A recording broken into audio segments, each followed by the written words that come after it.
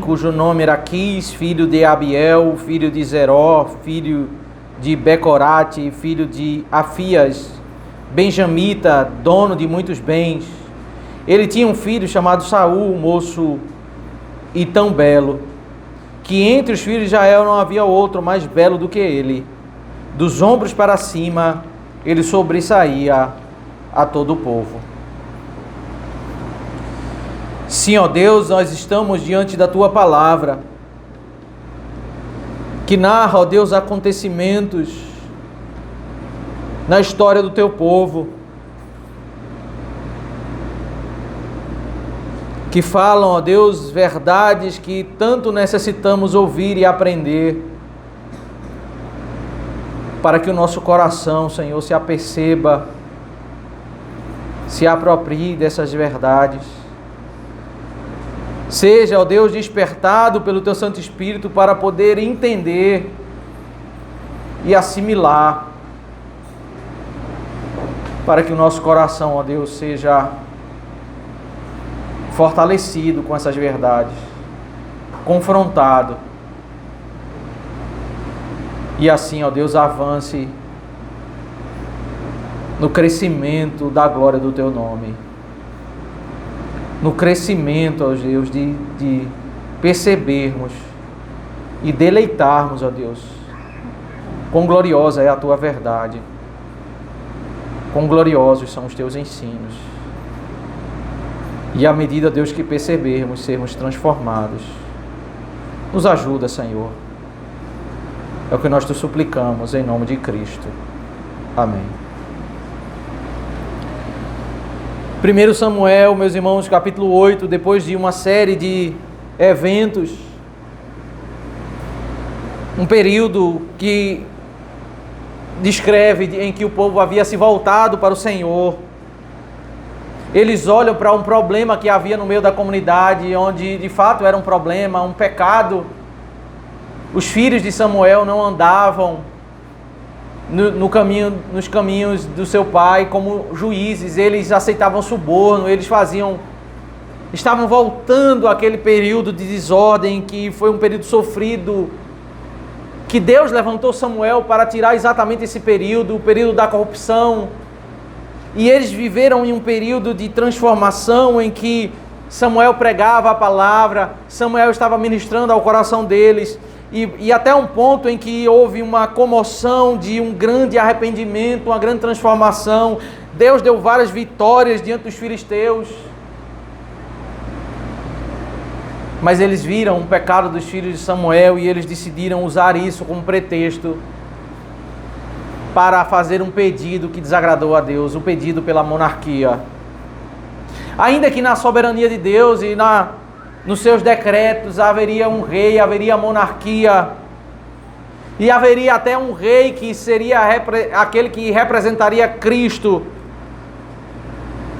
Mas isso deveria ser estabelecido pelo decreto de Deus, no momento de Deus. Mas eles decidiram pedir, e isso desagradou ao Senhor. O Senhor diz que eles rejeitaram não Samuel, Samuel ficou abatido, mas eles rejeitaram o Senhor.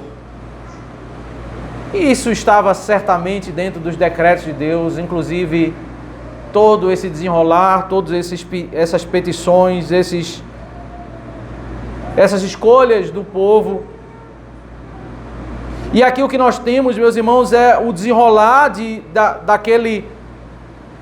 daquela petição do capítulo 8, que ainda que Deus disse que daria um rei, mas que esse rei traria problemas. Essa monarquia iria fazer com que eles entregassem os melhores dos bens, os melhores dos filhos, dos homens, das mulheres, para servirem um rei. Mas na dureza do coração deles, eles terminam dizendo que eles querem um rei. Essa cena, a gente vai ler essa cena em conexão com a cena de quem é a pessoa de Saul ao longo do livro, e da cena em que Deus escolhe Davi como rei. Alguns acontecimentos aqui, eles vão ter alguns paralelos com aquele diálogo de Samuel na casa de Jessé. quando Deus dirigiu ele ali para que Davi, escolhido como rei. A descrição, meus irmãos, no verso 1 e verso 2, fala sobre beleza, fala sobre um jovem de uma família rica, dono de muitos bens, jovem e belo, e que não havia ninguém semelhante a ele. Ele era uma figura que sobressaía, esses são os termos que está no texto, sobressaía todo o povo. Não há nada de mal com a beleza, mas perceba como Deus ele fez para lidar com a petição de um povo que queria a glória desse mundo. Um povo que olhava para os outros monarcas e eles queriam um rei para que eles pudessem fazer as guerras como as outras nações. O mundo, ele não olha para a beleza como algo simplesmente valioso, mas algo fundamental. A beleza, o exterior para o mundo é a glória do mundo, é a riqueza, é a beleza, é a pompa do mundo, é tudo aquilo que o mundo mostra como poder, é exatamente isso, e nada além disso o mundo olha como riqueza e força.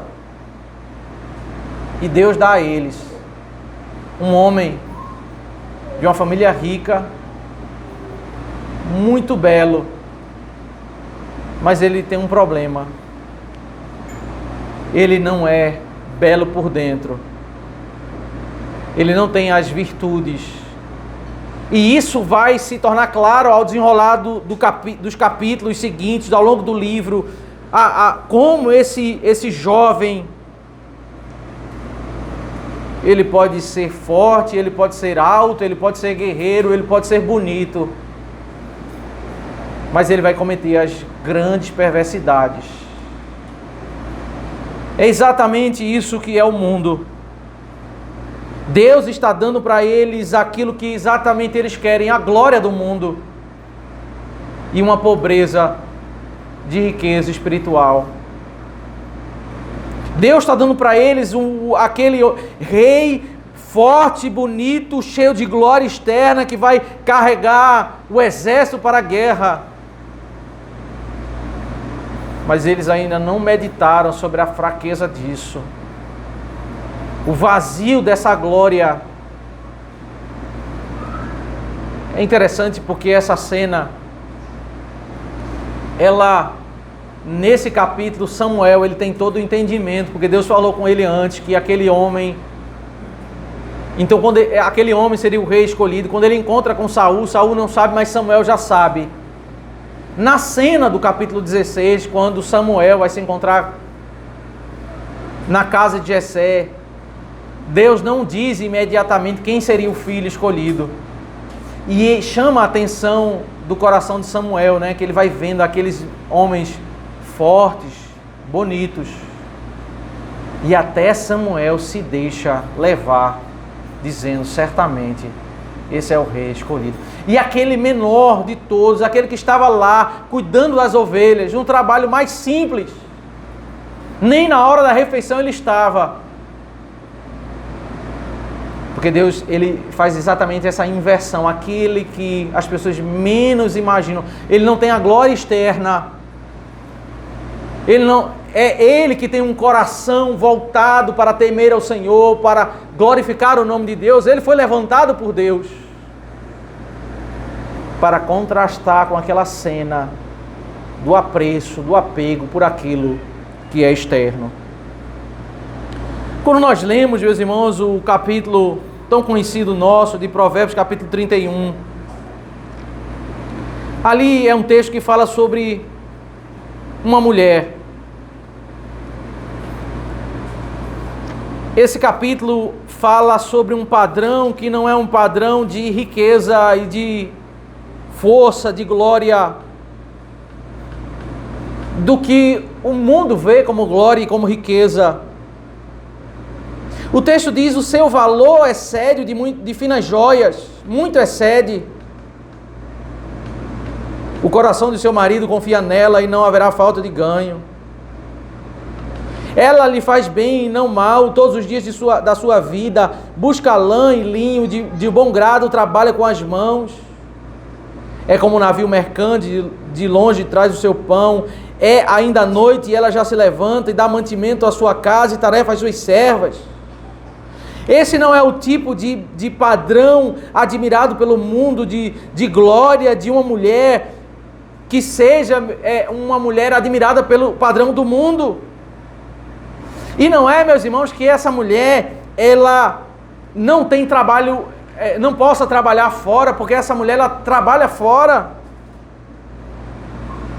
E não é o caso dessa mulher não ter bens, porque essa mulher é bastante abastada, ela tem várias servas.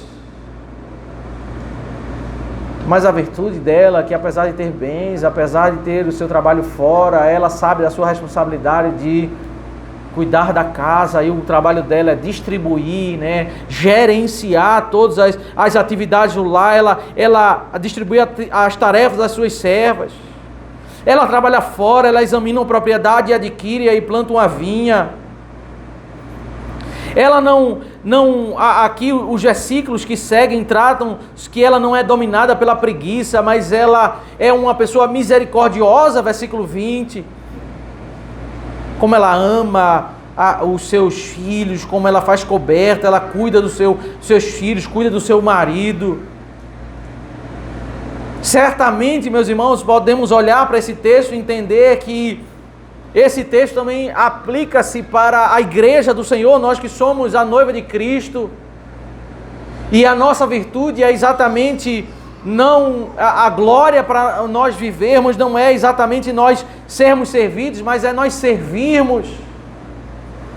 Sermos um marido que serve, sermos uma esposa que serve, sermos homens no meio da sociedade, em nossos trabalhos, em todo lugar que nós tivermos, não uma postura da glória desse mundo, de arrogância, de ganância, mas uma postura de que carrega apreço pelas virtudes espirituais, apreço por essa riqueza interior, valores que são valores da palavra de Deus. Esse é o tipo de texto que fala o coração do povo de Deus, mas ele não encontra nenhum apreço, nenhuma valorização por aqueles que não temem ao Senhor. E terrivelmente, muitos que pertencem ao povo do Senhor, no meio da igreja, inundados com conceitos do mundo, eles começam a carregar no coração um apreço por aquilo que o mundo vê como glória e desprezar a riqueza dessas virtudes que estão na palavra de Deus. Esse é exatamente o contexto que faz um povo clamar por um rei cheio de glória, e Deus dá a eles um rei bonito, um rei forte, um rei segundo os padrões desse mundo, mas com um coração pobre, um coração que não teme ao Senhor, um coração que vai fazer ele assumir o posto de ser sacerdote, quando Deus disse que ele não poderia ser sacerdote. Ele tentar matar aquele que foi levantado por Deus para ser rei, porque ele não queria perder a monarquia. Ele seguir pelo caminho da loucura, consultar uma médium, se afastar completamente, porque ele era pobre no seu coração, pobre das verdadeiras riquezas. Mas o que ocorre, meus irmãos, voltando para 1 Samuel capítulo 9, agora versículo 3 ao 5, é que no meio desse desenrolar nós vamos ver a providência de Deus. O verso 3 e 5 mostra que Deus vai dirigir os eventos após o capítulo 8, para que Samuel se encontre com Saul e ali diga a ele que ele vai ser rei de Israel. Fazer a cena do capítulo 10 que nós vamos examinar, quando ele vai ungir Saul como rei. O versículo 3 diz: e aconteceu que as jumentas de Quis, pai de Saul, se extraviaram. Então Quis disse a Saul, seu filho: leve agora com você um dos servos e vá procurar as jumentas. Elas atravessaram a região montanhosa de Efraim e a terra de Salisa, mas não as... Eles atravessaram a região montanhosa de Efraim e a terra de Salisa, mas não as encontraram. Depois passaram a terra de Saalim, mas as jumentas não estavam ali, então atravessaram o território de Benjamim, mas também não as encontraram. Quando chegaram à terra de Zuf, Saul disse ao servo que estava com ele: vamos voltar, porque senão o meu pai vai deixar de se preocupar com as jumentas para começar a se afligir por causa de nós. Há muitos dias se passaram e eles começam a ver que a viagem já está extensa e eles não conseguem encontrar as jumentas, e Saul diz algo que de fato é o que a gente vai ver no final do capítulo, é o que o pai dele estava pensando. Ele já estava aflito com a vida de Saul. Mas o fato, meus irmãos, é que essa cena, assim como outros versículos mais adiante, nos mostra que Deus estava dirigindo esse acontecimento para providenciar o encontro de Saul com Samuel. O Deus que governa a história, o Deus que havia determinado que Israel tivesse um rei, eles pediram um rei segundo o padrão do mundo. Deus vai dar um rei conforme o padrão do mundo, e Deus vai dirigir as pequenas cenas, até animais sendo dispersos, para ele ser dirigido, para estar exatamente na cidade, no local específico, onde ali está Samuel, para que ali houvesse aquele encontro. Muitas vezes, meus irmãos, nós ficamos ansiosos diante daquilo que está adiante dos nossos dias, do nosso futuro, as incertezas que temos. Às vezes temos dias bons, temos dias maus, mas o fato é que nós não temos a plena certeza do que vai acontecer no desenrolar da nossa história, dos nossos anos. E muitas vezes nós queremos antever isso, nós queremos agir com precaução, e isso é sábio. Mas nunca, meus irmãos, nós conseguiremos viver de tal modo que teremos total controle do nosso futuro. E é nesse momento que nós só conseguiremos acalmar o nosso coração quando nós meditamos mais no ensino sobre a soberania de Deus. Como a soberania de Deus e a percepção dessa verdade, o aprofundamento nessa verdade, porque ninguém conhece isso totalmente. O meditar nas minúcias dos atributos de Deus, da sua soberania, da sua glória, do seu controle, da sua onisciência, da sua providência. Isso vai ter impacto sobre as nossas emoções, sobre o nosso coração, sobre a nossa alma. É quando nós conseguimos assimilar profundamente essas verdades em nossos corações, nós conseguimos lidar com o futuro incerto, com os dias difíceis, e aprendemos a descansar naquele rei que governa o desenrolar da história, governa os mínimos eventos. O Senhor Jesus Cristo, para acalmar o coração dos seus ouvintes, em Mateus capítulo 6, ele leva os seus ouvintes a meditar sobre pássaros. Quando muitas vezes nós estamos pensando sobre vestimenta, comida, sobre as coisas dessa vida, ele nos leva a meditar sobre pássaros, sobre o cuidado de Deus na história, sobre as mínimas coisas. E existe um empenho, um esforço nosso, que ele é saudável. É o nosso árduo trabalho, a nossa dedicação, o nosso estudo, o nosso esforço para crescer profissionalmente, para dedicar. Mas existe um trabalho, um esforço que não é saudável. É quando nós queremos viver de tal modo como se nós pudéssemos viver sem depender de Deus. Depois de nos esforçarmos, de nos entregarmos e dedicarmos a fazer todo o nosso melhor, ainda assim dependeremos de Deus. Nós cantamos agora há pouco, ainda que nós tenhamos muitos bens, nossa afeição não pode estar voltada para esses bens. É graça de Deus se Deus nos dá muitos bens, mas nós precisamos confiar unicamente no Senhor, depender unicamente do Senhor, e nós só entendemos essa verdade quando nós sabemos, nós meditamos nisso. Deus controla os mínimos eventos da história. As coisas não acontecem ao acaso, os animais de Saul foram dirigidos, os pássaros são alimentados. Todos os fios da nossa cabeça estão contados. Nada acontece por acaso, porque Deus é um Deus que dirige a nossa vida. Na nossa profunda dor, na nossa profunda angústia, nós não podemos, ao meditar na soberania de Deus, nos sentimos abandonados.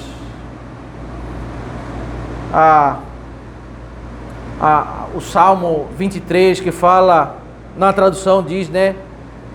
Ainda que eu ande pelo vale da sombra da morte. Uma tradução que de fato a melhor tradução ali seria: já que eu vou pelo vale da sombra da morte. Porque o que o salmista está dizendo é que Deus está dirigindo ele para ir por aquele vale, e Deus vai ser o seu consolo, Deus vai cuidar dele. O Salmo descreve o Pai entregando Cristo para ir para a morte. Não é sobre a possibilidade. Quando nós passamos por lutas e dificuldades, o nosso desespero é talvez imaginar que Deus está à parte desse dia difícil. Na realidade, Deus decretou esse dia difícil, e nós, ao sabermos disso, devemos confiar em Deus e saber que Deus tem um propósito nisso. A nossa fé não pode ser abalada, a nossa fé deve ser agora fortalecida diante desse vale. Porque eu preencho o meu coração, eu alimento o meu coração com o ensino da soberania de Deus. Porque Deus é um Deus que dirige a história. É um Deus que governa. Governa para nos dar dias bons, cheios da abundância do seu favor, e dias maus, em que nós vamos aprender com Ele. Agora no versículo 6 ao versículo 10, diante desse contexto de proposta de Saul de voltar para casa, ele ouve uma proposta do seu servo. Verso 6 diz: porém o servo respondeu: nessa cidade mora um homem de Deus que é muito estimado. Tudo o que ele diz acontece. Vamos agora até lá. Talvez ele possa nos mostrar o caminho que devemos seguir. Então Saul disse ao servo: mas se formos para lá, o que levaremos para aquele homem? Porque o pão que tínhamos em nossas sacolas acabou, e não temos nenhum presente para levar ao homem de Deus. Ou será que temos? O servo respondeu a Saul: tenho ainda em mãos 3 gramas de prata, que darei ao homem de Deus para que nos mostre o caminho. Antigamente em Israel, quando alguém ia consultar a Deus, dizia: vamos falar com o vidente, porque antigamente o profeta de hoje se chamava vidente. Então Saul disse ao servo: você tem razão, vamos lá. E foram à cidade onde morava o homem de Deus.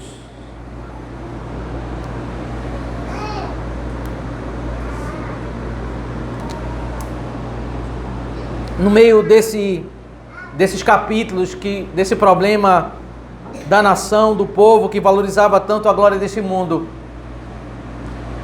nós vamos ver a fraqueza da glória desse mundo e a glória daquilo que parece desprezível, mas que é cheio de glória.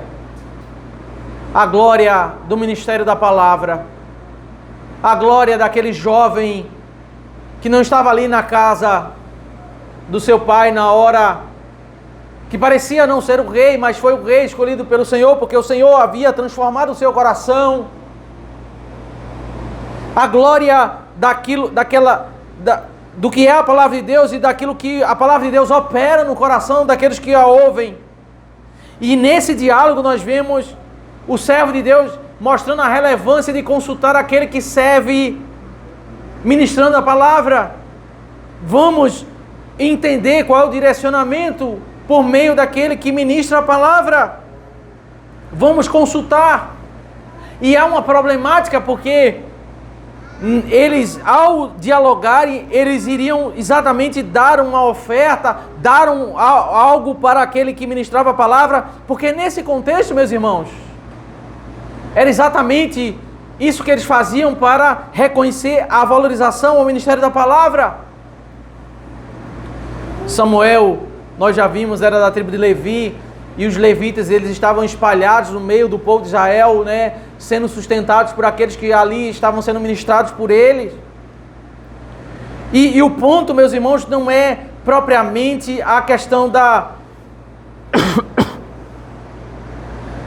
a questão financeira, mas é a questão da relevância do que a palavra tem para o meio do povo. Essa é a base para esse problema. Qual é a relevância que a pregação da palavra, que o ministério da palavra deve ter no meio do povo? O Senhor tira o povo do Egito. Eles caminham durante todo o Pentateuco no meio do deserto por causa daquela punição de 40 anos. Deus estabelece levitas. Dentro dos levitas, estabelece sacerdotes, que seriam aqueles que ministrariam a palavra, e os demais levitas iriam servir em toda a estrutura que envolvia o culto ao Senhor. Eles caminham, passam por aquela problemática em Êxodo. Em Números começa a problemática lá, quando eles enviam os espias, e eles têm que passar 40 anos, e eles vão passar os 40 anos em todo o livro de Deuteronômio ali, ouvindo as pregações, preparações para entrar na terra prometida. Em Josué eles entram na terra. Quando eles entram na terra, no livro de Josué, Deus distribui a terra em 12 partes. E são 12 filhos de Israel, 12 homens, filhos de Israel. Mas a terra, ela é distribuída retirando uma tribo. A tribo de Levi não recebe terra. E não existe naquela divisão no livro de Josué, tribo de José. A pessoa de José, ela é substituída por Efraim e Manassés. É como se José recebesse porção dobrada. Então nós temos 10 irmãos e mais Efraim e Manassés, 12 pedaços, e eles vão receber a terra. E Levi não vai receber terra. E por que esse conceito? Aí lá o texto diz, é porque eles vão ter outro trabalho, eles não vão trabalhar na terra. Eles vão receber uma pequena porção apenas para construir a casa deles, mas a divisão da terra não era um espaço apenas para construir a casa, era um espaço para ver uma plantação, onde eles pudessem trabalhar na agricultura, trabalhar no gado, e dali tirar o seu sustento. Era riqueza nesses dias. Mas havia algo importante para a nação. No meio de 12 filhos, ter um filho separado que iria trabalhar para alimentar o povo espiritualmente. Ele receberia dos dízimos daquele lucro que eles teriam na terra, para que essa estrutura de adoração fosse mantida. Porque qual é o conceito nessa estrutura? A relevância da palavra para o povo. A relevância da palavra para o povo. Igualmente, Paulo vai dizer em 1 Timóteo 5,17 que aquele que se afadiga na palavra, ele é merecedor de honorários dobrados, ele é merecedor de salário, ele deve receber para que ele possa se dedicar a estudar e ministrar a palavra ao povo. Há uma discussão, meus irmãos, em nossos dias sobre se o Novo Testamento devemos dar o dízimo ou não. Podemos entrar por essa discussão e ficar meditando nisso, mas o que eu penso, meus irmãos, é que nós devemos ir para o ponto central dessa discussão. O quanto que o ministério da palavra é relevante para a minha vida. Isso vai ser refletido, o quanto eu participo no sustento do ministério da palavra. O quanto isso é relevante para a minha vida vai ser refletido na minha participação nisso. Esse é um problema que ao longo de toda a história isso existe. Ainda mais em nossos dias, né? em que existem pessoas que fazem do meio cristão como um meio para enganar pessoas e ganhar dinheiro, né? A gente vê várias igrejas, pessoas que saem na mídia, né? Pessoas charlatões mesmo. Mas essa problemática, ela é uma problemática que percorre até no meio do povo de Deus. O capítulo de 1 Coríntios, capítulo 9, é voltado para isso. Paulo diz, olha, quando a gente manda um exército para a guerra, ninguém reclama que o soldado, ele não precisa, ele pode comer, ele pode se alimentar, porque ele está indo representar o povo. O salário dele, ele é digno do salário, porque ele é um soldado. E ele diz, por que aqueles que ministram a palavra também não podem ter o seu salário? Ele usa essa comparação para trazer exatamente esse conceito de relevância da ministração da palavra. É esse o contexto que nós estamos aqui. E o que é que Samuel vai fazer? Veja, verso 11 ao verso 13, a ministração onde ele vai chamar aqui, ele vai fazer o sacrifício, e ali vai ter um momento de adoração do povo de Deus. Aqui é certamente a oferta pacífica do livro de Levítico, porque é a única oferta onde o povo leva a comida, uma parte é entregue no sacrifício, uma parte o povo próprio come e tem uma grande refeição comunitária. Quando subiam pela encosta da cidade, encontraram as moças que saíam a tirar água e lhes perguntaram, o vidente está aqui? Elas responderam, está. Eis que ali vai ele à sua frente, vão depressa. Hoje ele veio à cidade porque o povo vai oferecer um sacrifício no lugar alto. Ao entrar na cidade, vocês o encontrarão antes que ele suba ao lugar alto para comer. Porque o povo não comerá enquanto ele não chegar, porque ele tem de abençoar o sacrifício, e só depois os convidados irão comer. Vão agora, porque hoje vocês o acharão. Essa cena, ela tem alguns elementos interessantes. Em primeiro lugar, é que o momento chave da queda de Saul é o momento em que ele não esperou o sacerdote chegar, e o Samuel chegar. E veja que Samuel aqui, todo o povo está esperando. Ele vai oferecer um sacrifício. O povo vai orar para comer. Ele é um homem reconhecido por pregar a palavra. É interessante no livro, nesses relatos históricos, né? Você vê algumas pessoas que começam bem na história e destroem as suas vidas. A história de Samuel é uma história que nos desafia a perseverarmos, meus irmãos. Veja como ele termina, né? No final da sua vida, já depois de avançado em dias, ele está ali pregando a palavra, oferecendo sacrifício ao Senhor, está orando, está conduzindo o povo a adorar. Os seus filhos se corromperam. Saul tem alguns dias bons, mas ele vai ter um declínio, vai destruir a sua vida. Mas veja como esse homem, ele está caminhando, como ele é exemplo para nós em perseverança.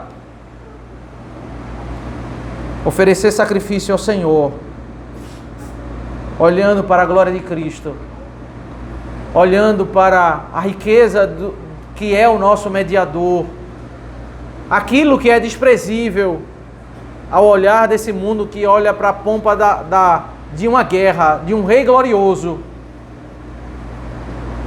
Esse homem idoso, ele está oferecendo sacrifício conforme Deus estabeleceu, porque ele olha para Cristo, porque ele tem gratidão ao Senhor pelos bens recebidos. Eles vão orar e depois comer,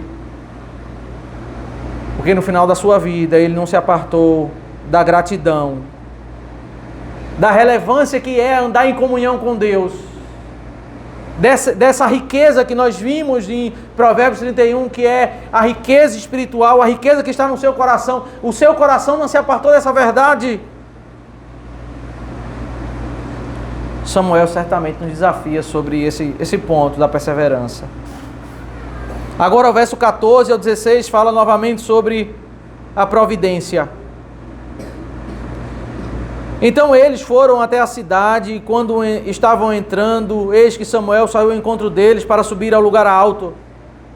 Ora, um dia antes de Saul chegar, o Senhor tinha revelado isso a Samuel, dizendo: amanhã, a essas horas, enviarei a você um homem da terra de Benjamim, o qual você ungirá por príncipe sobre o meu povo de Israel, e ele livrará o meu povo das mãos dos filisteus, porque olhei para o meu povo, pois o seu clamor chegou a mim.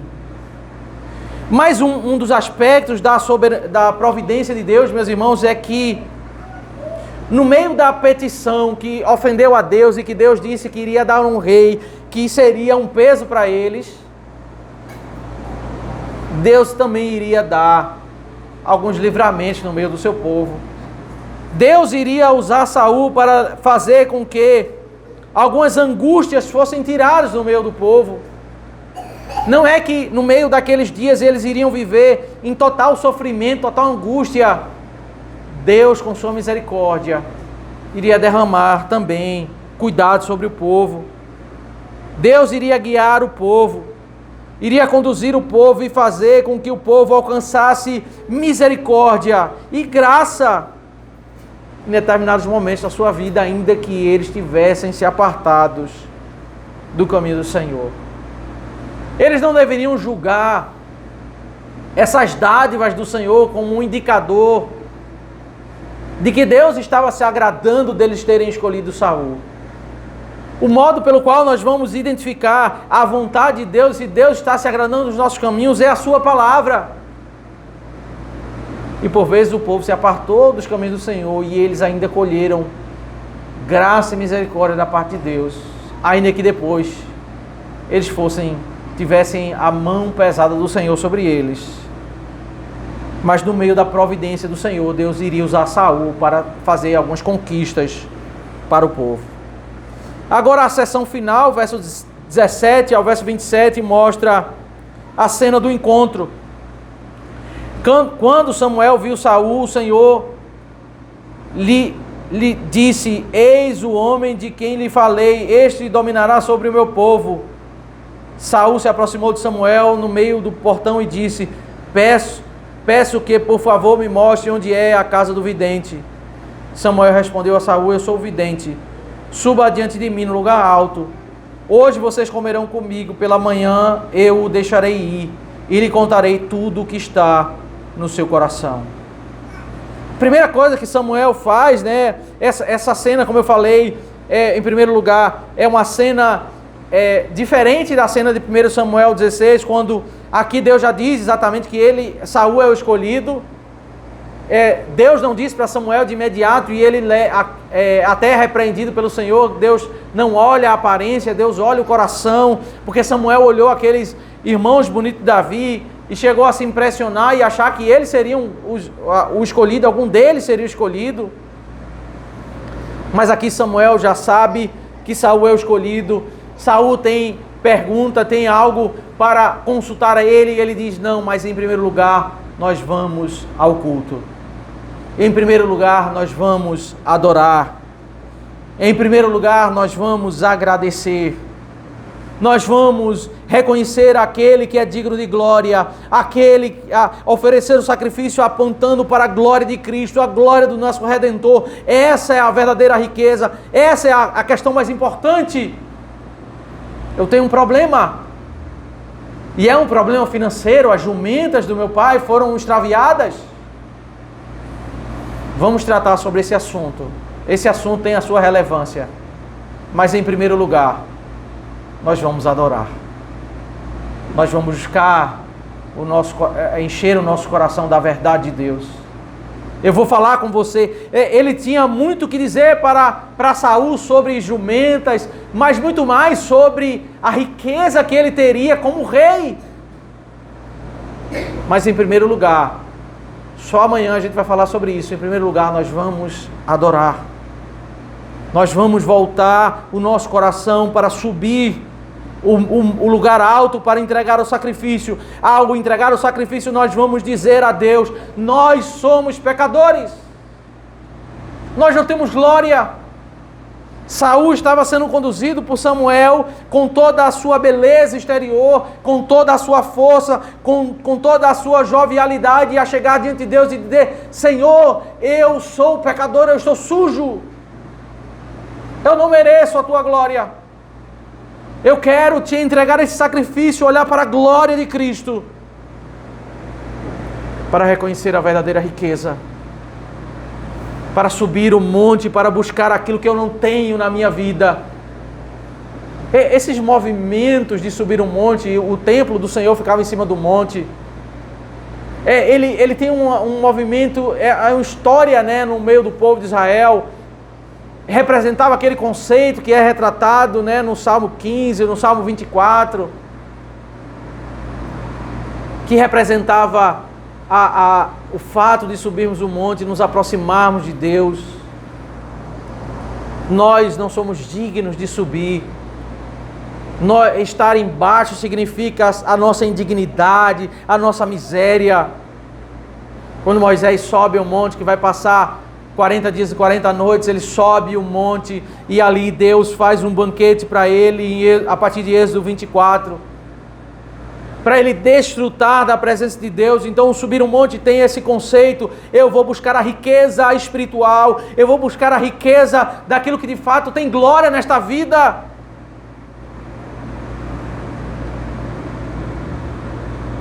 Esses assuntos são importantes, mas em primeiro lugar, você vai encher o seu coração da glória de Deus. Você vai buscar a riqueza espiritual. E ele diz mais: hoje vocês comerão comigo, pela manhã eu deixarei ir e lhe contarei tudo que está no seu coração. Versículo 20: quanto às jumentas que se perderam há 3 dias, não se preocupe com elas, porque já foram encontradas, e para quem está reservado tudo que é precioso em Israel. Será que não é para você e para toda a casa de seu pai? Então Saul respondeu: por acaso não sou eu um benjamita, da menor das tribos de Israel? E não é a minha família a menor de todas as famílias da tribo de Benjamim? Por que então você me fala com tais palavras? O tamanho da riqueza desse homem, que é a figura mais importante na nação de Israel, dizer que havia uma riqueza reservada para Saul, choca a Saul e toma ele de reconhecer a sua posição, o seu imerecimento de toda essa riqueza, de toda essa posição, por ser da menor tribo de Israel, que apesar de rico, ele diz que não era da nobreza. E ele diz: por que você fala tais palavras? Essa cena, meus irmãos, ela deve ser certamente comparada com 1 Samuel capítulo 13, 1 Samuel capítulo 15.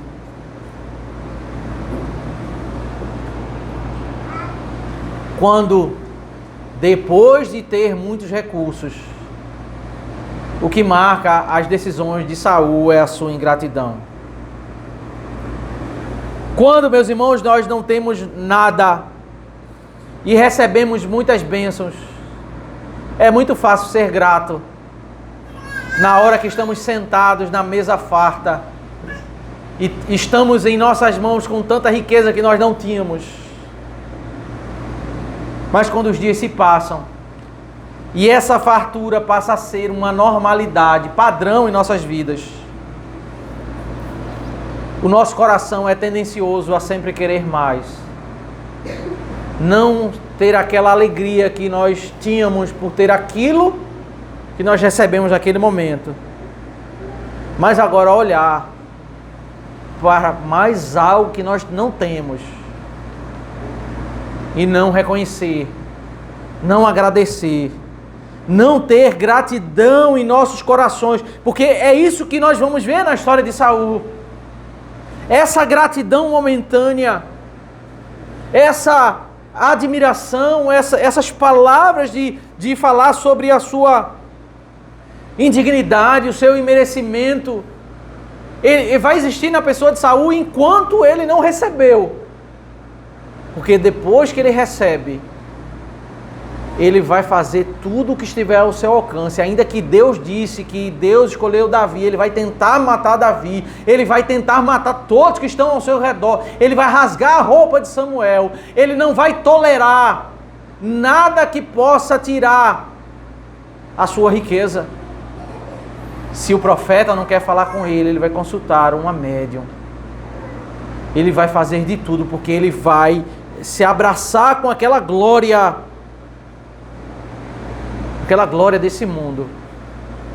E ele vai fazer de tudo, lutar contra tudo e contra todos, para ele ter aquela glória. Versículo 22 diz: Samuel levou Saul e o servo dele à sala do jantar e lhes deu o lugar de honra entre os convidados, que eram cerca de 30 pessoas. Então Samuel disse ao cozinheiro: traga aquela porção que eu lhe entreguei, aquela que eu lhe pedi para deixar reservada. O cozinheiro pegou a coxa com o que havia nela e a pôs diante de Saul. Então Samuel disse: aqui está o que foi reservado, pegue e coma, pois foi guardado para você para esta ocasião. Quando eu disse, convidei o povo. Assim Saul comeu com Samuel naquele dia. Depois que desceram do lugar alto para a cidade, Samuel falou com Saul no terraço. Levantaram-se de madrugada, quase ao raiar do dia, e Samuel chamou Saul para o terraço, dizendo: levante-se e eu irei com você para lhe indicar o caminho. Saul levantou-se e saíram ambos, ele e Samuel. Quando estavam chegando à extremidade da cidade, Samuel disse a Saul: diga a seu servo que passe à frente de nós. E você, quando ele estiver indo embora, espere um pouco para que eu lhe possa transmitir a você a palavra de Deus.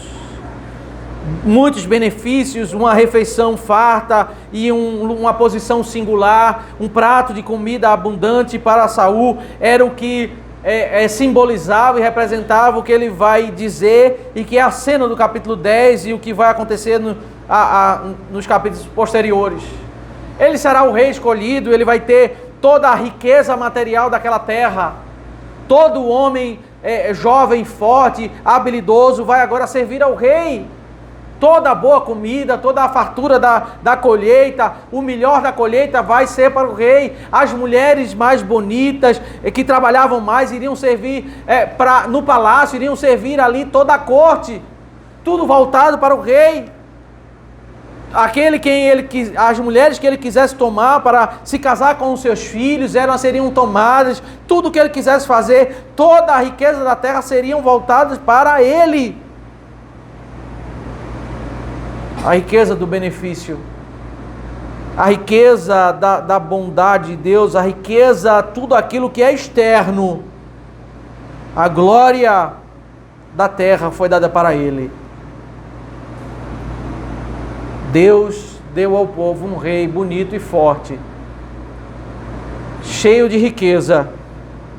Toda a riqueza vai dar para ele, mas o povo vai aprender a duras penas as consequências dessa escolha.